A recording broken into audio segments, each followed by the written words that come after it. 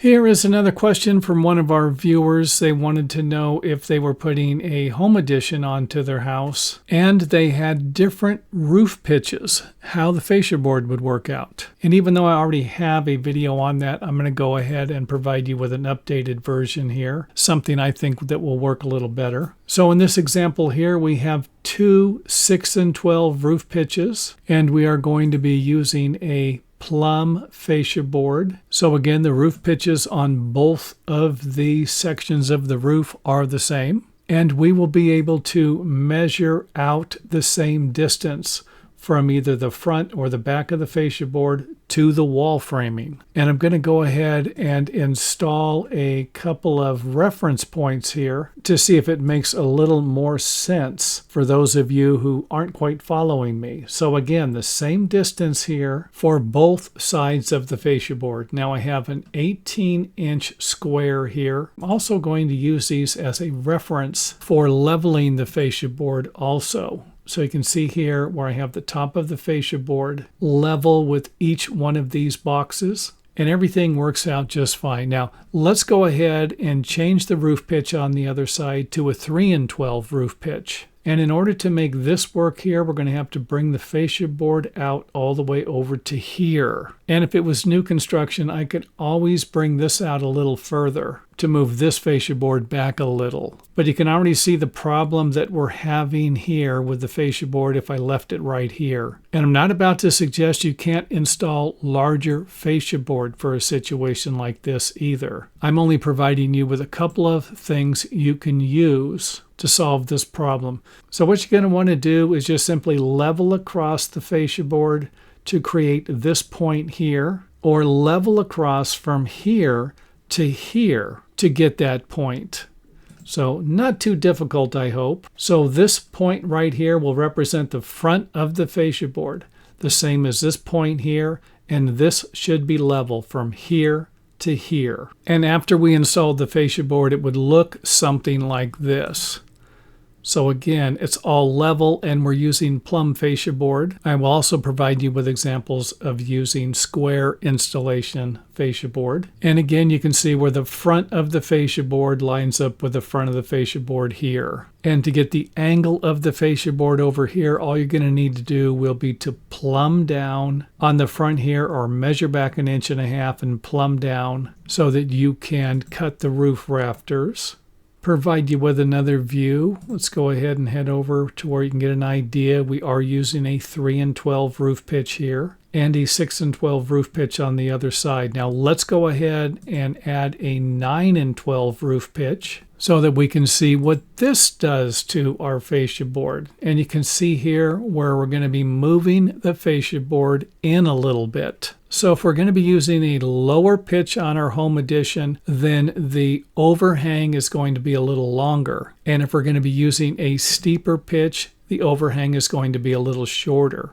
So again, we're just simply going to level over from the top of the fascia board to the other rafters and then make a mark. Again, front of the fascia board on each side. And if we install the fascia board, you can see here where we've had to move this one back, as you can see by the 18-inch blocks we're using as our reference points. And by now this should all start to make sense to you and provide you with at least one way to install your plumb fascia board on a home addition that will have a steeper or a lower roof pitch.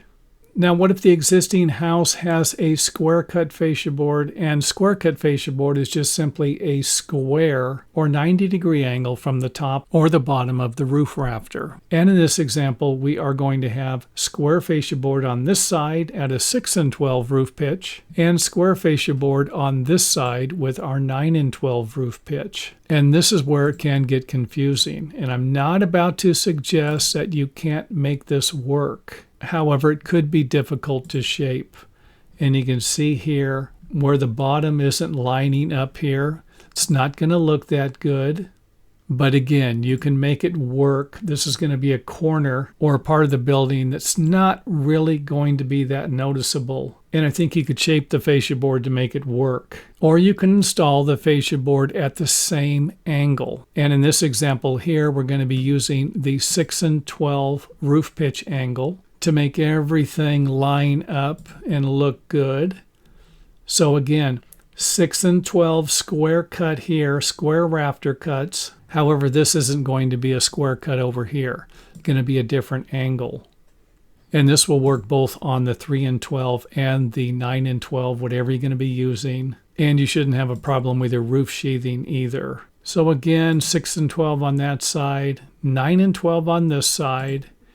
And then we got to figure out how to get this angle here. And you can do it by using the level. You can put it in the plumb position or the level position and do some measuring or use the framing square.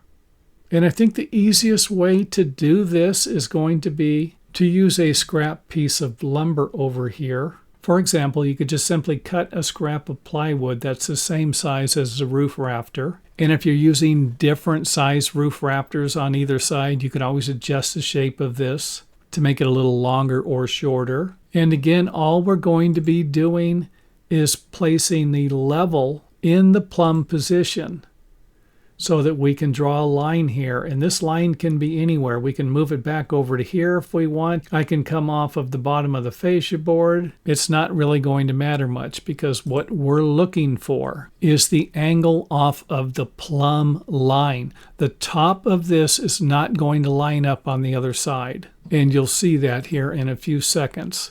So again, we've just simply cut a pattern that we can use to find the angle on the other side over here. So again, we're just simply going to draw a plumb line or use our level, and we're not going to worry about the top of the pattern there.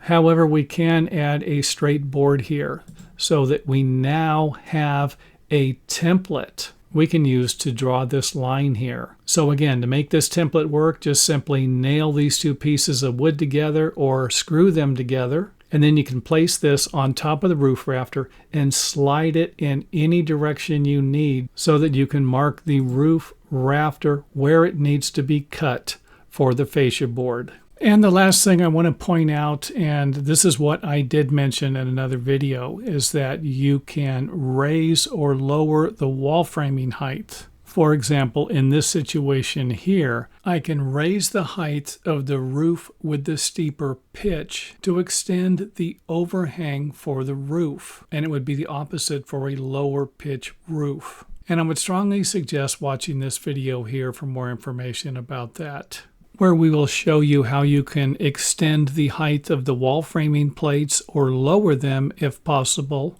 or maybe even change the size of the roof rafters if they can be smaller or larger to raise or lower the height if the span charts or your engineer allows it. And thanks for watching. If you enjoyed the video, let us know by hitting the thumbs up button or letting us know in the comment area.